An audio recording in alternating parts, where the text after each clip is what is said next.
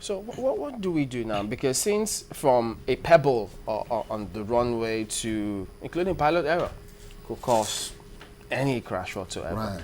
should the government then make some of these findings public? Even the military ones too, because if they don't share that information within that community, for instance, how will you all learn? How will you improve yourselves? Let me tell you a very funny scenario here. Murtala Mohammed International Airport. A lot of people seem to think we have two runways, and because we have two runways, one of the runways is on the domestic side, the other one is on the international side. So people want to always say that's the domestic runway, the other one is international runway. No, the two runways are available for this airport. An airplane coming from London can perfectly land on the runway that's closer to the domestic terminal. We have taxiways in between the international and domestic, so the airplane can taxi there. I have come in from outside the country and landed on 18 left, which is the runway closer. As a matter of fact, when they were doing the renovation of the 18 right, the one, all the airlines landed on the... Left, yeah. Well, what is funny is that 18 left only needed to be resurfaced. That's what they said they were doing. Prior to that incident, 18 left had runway lights. Runway lights. Nothing was wrong with the runway lights and approach light system for that runway. They finished the resurfacing. Somehow during this, their job, they uprooted all the lights. They took everything out. And they finished, and they didn't put them back. So that runway... And no one has asked any question concerning those lights. That runway, located at our flagship airport, Lagos, that particular runway has no light. Therefore, if planes were coming into Nigeria at night, and for any reason the light fails on the one closer to the international terminal, then all those airplanes are going to need to go to Cotonou, Lome, Ghana. Not talking about Cotonou, I think let's talk about, we're still also talking about runways, how to clear them and keep them clear. You know, we've always had these problems. Sometimes in Nigeria, it's so frequent. You're about to land and the pilot announces that, well, you cannot land because some VIP, blah, blah, blah. Once or twice, I think we found ourselves in Cotonou because we were running out of fuel in Lagos, hovering around Lagos, and we had to go to Cotonou to refuel. So when you talk about the runway, ideally, are we supposed to also take, is the pilot supposed to go to the other runway to land the plane just in case where he needs to land? Or must he also take that aircraft to Cotonou? Because some say, well, what if something terrible had happened while trying to hover around Lagos? Chamberlain, let me quickly just finish about that runway for you, that runway light. I will answer that question because we are VIP crazy in Nigeria. That runway that has no light, I told you it had lights before. The danger we have is that at night, today, you have some late flights to Abuja, right? Don't you? Mm-hmm. And you board where? At the domestic side, MM2 or whatever. Yeah. And that airplane maneuvers to international to take off. That airplane maneuvers in darkness. Really? In darkness. Because the center line, green center line taxiway lights don't exist. The blue taxiway edge lights don't exist. How do the pilots do it? You don't say. Because we know the neighborhood. Yeah. But flying is not about knowing the neighborhood. Flying is about following infrastructures that are in place on ground. On ground. I come back to what you were saying. Every time I want to fly at night in that place, and the air traffic controller is actually giving me clearance, he says, you are cleared.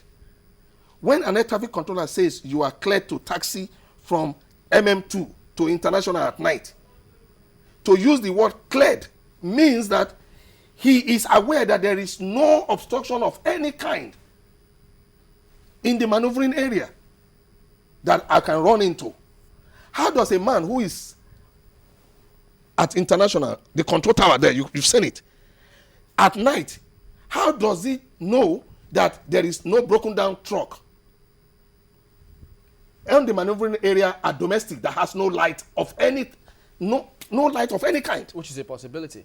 Which is a some time ago there was a report. In fact, it is not only a possibility, it has happened several times.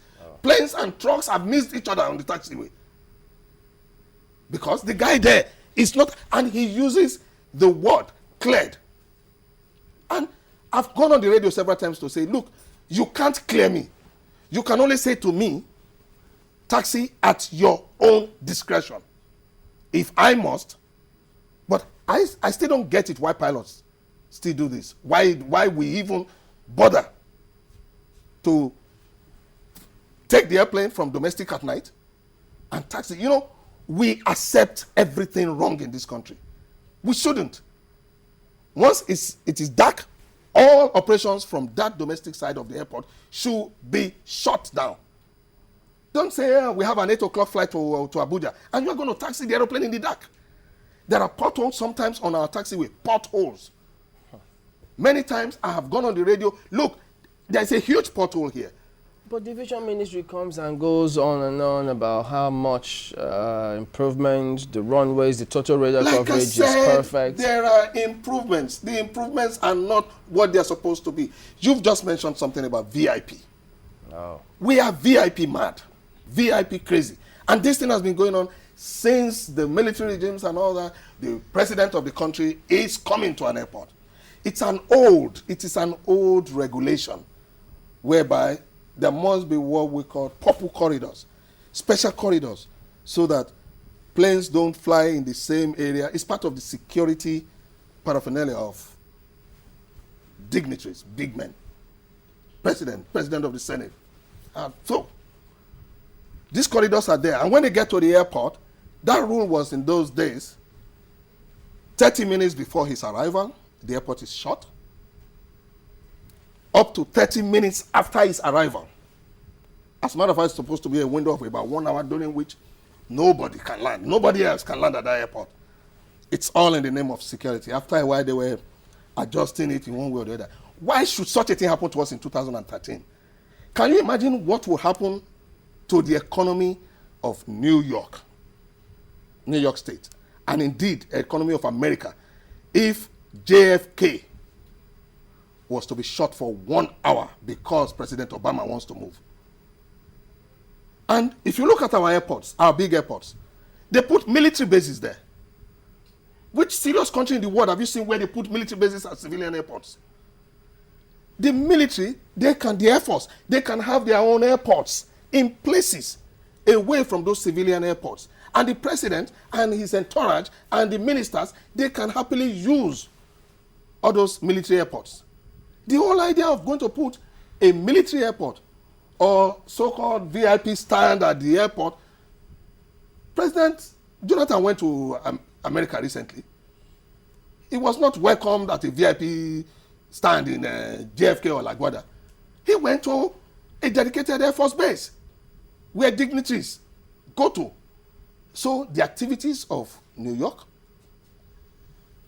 Washington, was not in any way disturbed.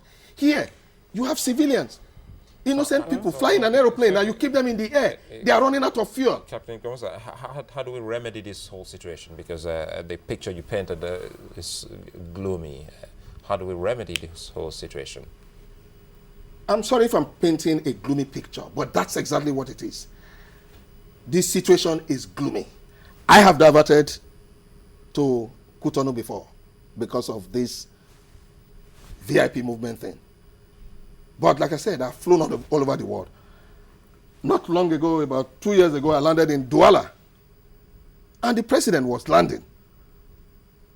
Guess what? They didn't prevent me from landing. I actually landed before him. And I taxied. No, I landed after him. He was taxiing to the VIP. His plane was taxiing to the VIP. They have only one runway. Why are they going to close the airport?